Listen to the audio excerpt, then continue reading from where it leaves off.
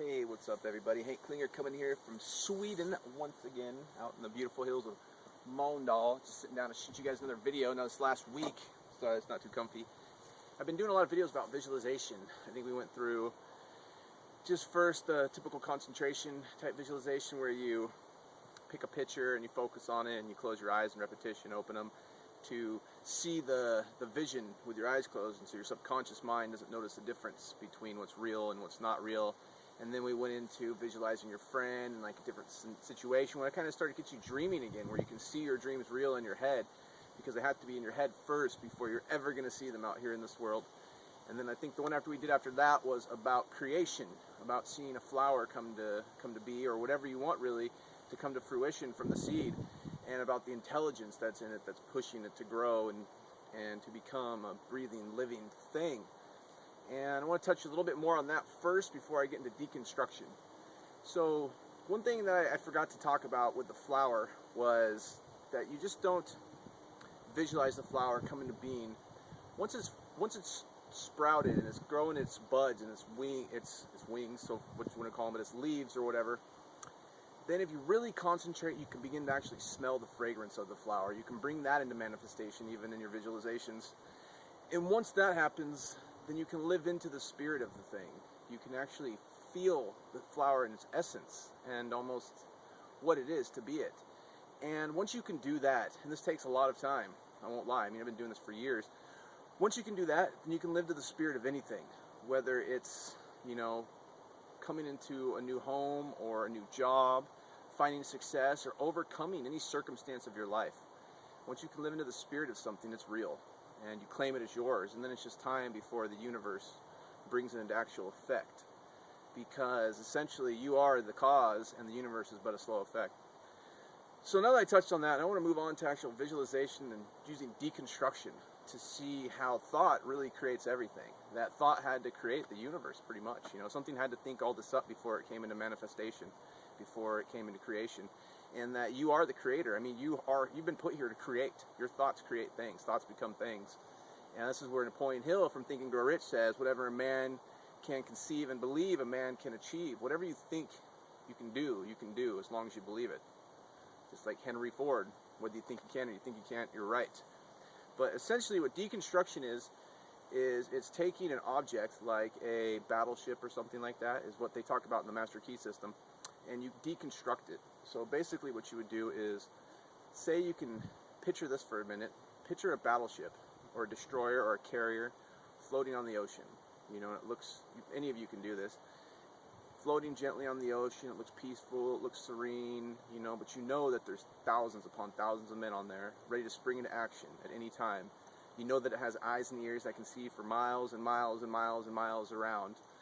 And even though it's as big as a skyscraper and it looks totally subdued and gentle and calm, relaxed, floating in the water, you know that any time it can hurl missiles, steel projectiles miles and miles away to destroy targets. See, anybody can do that, right? I'm just telling you that. You can totally picture a destroyer or a carrier or whatever in your head floating on the water, right? Big grimacing menace floating in the water.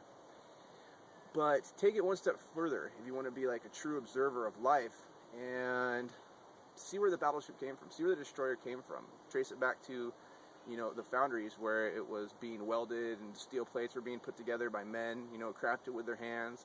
And you trace it back even further to the steel mills and refineries where the ore is being processed and formed into the plates, which are getting shipped to the foundries. And you can go back even further to the mines where the ore itself is being mined and cultivated and ored by men, being shipped onto barges. And yet even further back where you go into the minds of the architects, where they're designing the ship, they're designing the battleship, and it's just a thing on paper. And then even further back into, say, Congress, where they're coming up with the idea and the bill is being passed. And even further back by the architect who first came up with the plan. And you can see that it all became, that at this point it's a totally intangible thing. It doesn't exist anywhere except for in the mind of the architect, essentially. And then you can trace it back to even see, why was it built? Why was this ship built in the first place? And you ultimately come to see that it all starts with you and I. That they built it for us, for protection, for defense. And that it starts with a thought in our head as well as theirs, and that thought really created it. And that before it became this huge, massive piece of machinery that could float on the water, it had to be conceived at first in someone's head. And then you can go back even further to figure out that the ship could never even come into contemplation if somebody didn't first find the law that allows objects to mass to float on water, which I don't know exactly what it is, but, and you start to see that all of these thoughts produce this entire effect. And then you can start to see this with everything you look at. You know, you're looking at your computer right now. Your computer is made out of sand, essentially. That's all it is. You know, broken down into its base original substance, it's sand, right? That's where plastic came from, that's where the glass came from on it, all that stuff. But somebody thought of it for you, and they put it into design. It was in somebody's head as a concept, and they created it. And it was put in the factories, mass-produced, shipped out to boxes. You ordered it online, or you walked into a store. And you can see that it used to just be a thing of completely intangible, but it existed in someone's mind.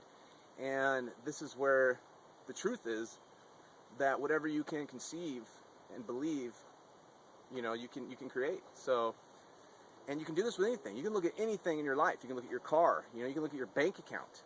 You can analyze your bank account. You can analyze your body, right? And you can say, look in the mirror and say, why does my body look like this? Well, I've been thinking about, you know, if you're fit, and you say, okay, I focus on eating healthy, I focus on being thin. If you're out of shape, you can see, you know, okay, well, you think about being out of shape probably look in the mirror not too happy with yourself, eating unhealthy, and you can see that it all begins with a thought. Because our thoughts create our entire world, right? Cause and effect, the law of causation, the law of cause and effect, the law of attraction. They're universal laws. They're as real as gravity, right? They're always working. This is a total physics thing. Spiritual, religious, whatever you want to call it, but it's definitely proven in physical science that our thoughts create and dictate our reality. So you'll hear me say this in every video. So for your exercise is pick something and deconstruct it, right? And you can learn to see and appreciate the value in everything. And all of a sudden the minuscule things become so much more valuable because you start to realize how much thought and how much energy really went into creating them. And then you can see that you can use your thought to create whatever you want for your life and for your future. You know, like I visualized everything possible, right? I mean, I visualized losing all this weight, you know, 100 pounds I lost, for those who don't know me. I visualized being clean off heroin. I visualized before I was a crab fisherman in the Bering Sea, before every vacation I've ever taken around the world, you know.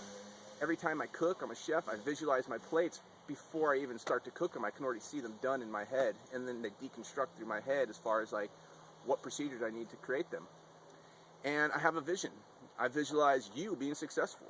You know, I visualize having one of the most successful teams in network marketing and helping thousands and thousands of people free themselves from the slavery that society's made. You know, because if you're watching this computer right now and you're wondering what the hell to do with your life, chances are you're living by the standards of society, which is garbage, because our school systems taught people in an age of industrial monotony where they needed slave labor, and the times have changed. You know, the reality is that you don't have to slave for the next 40 years. You don't know how old you are right now. You could be 20, you could be 30, you could be 40, but the lie or the American dream, wherever you're at, of working until you're 65, 70, and then finally retiring, is garbage. It's horse shit, right?